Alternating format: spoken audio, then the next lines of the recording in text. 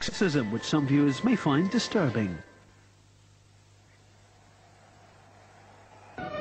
As 14 royals lay bleeding and dying on the marble floor of the palace, they all saw the face of their killer. It was their own Crown Prince Dipendra. There's no doubt in my mind that it was him. How can I mistake somebody at such a close range, especially a person I've known for so many years? We all were a big question mark. Why us? And we all needed somebody to come and tell us why this happened. This is the story of a forbidden love affair, a family tragedy, and a national nightmare. We reveal how Nepal's Crown Prince carefully planned and cold-bloodedly executed a royal massacre.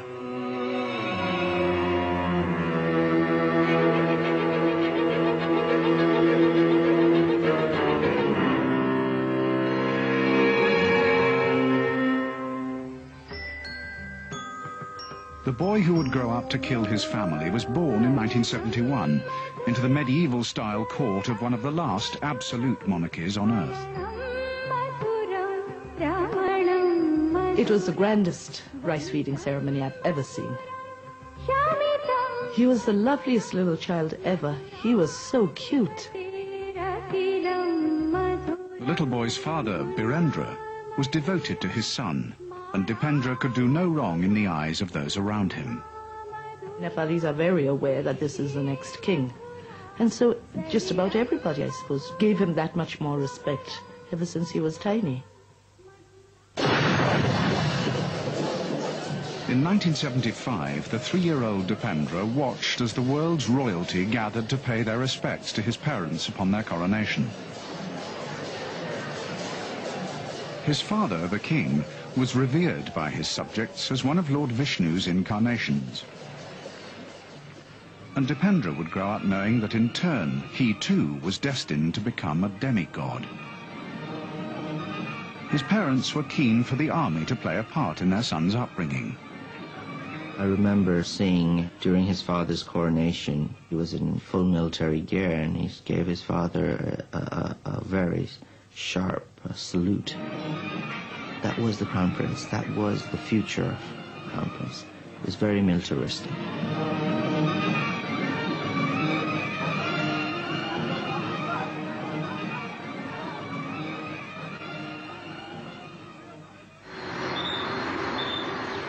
Behind these palace gates, the little boy ruled over his own fiefdom.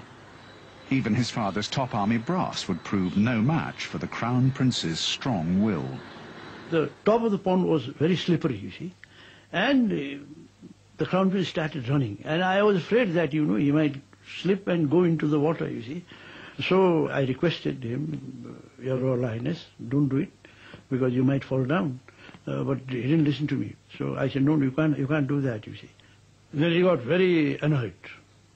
He said, well, you can't order me, General. General, he said, General, you can't order me.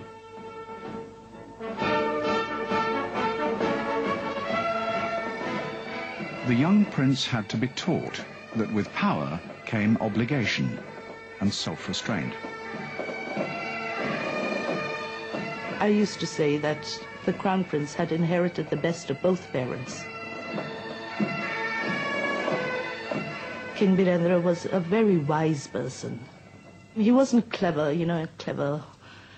I mean, you tell him a joke, you'd have to tell him about twice or even 3 times before he understood it. But he was very wise. He tended to be almost like a hermit. And I think she made up for that side of it.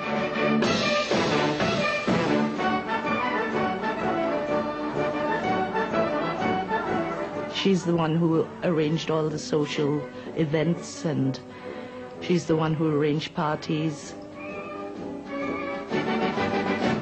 She was very intelligent, very sharp, and she understood something before you were halfway through a sentence.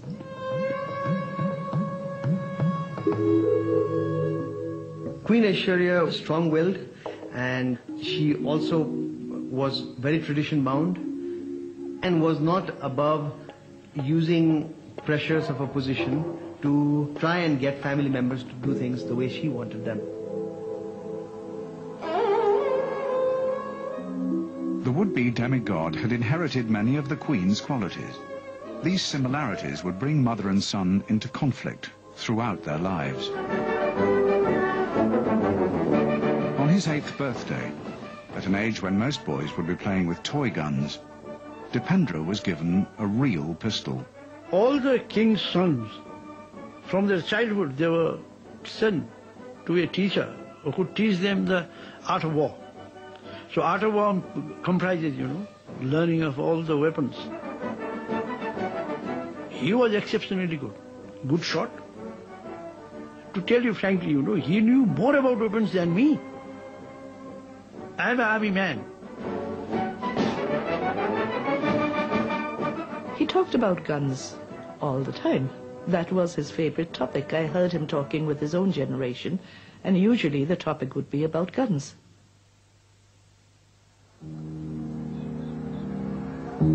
"22 years later, on June the 1st, 2001, the city of Kathmandu was preparing for a Friday evening of traditional family gatherings.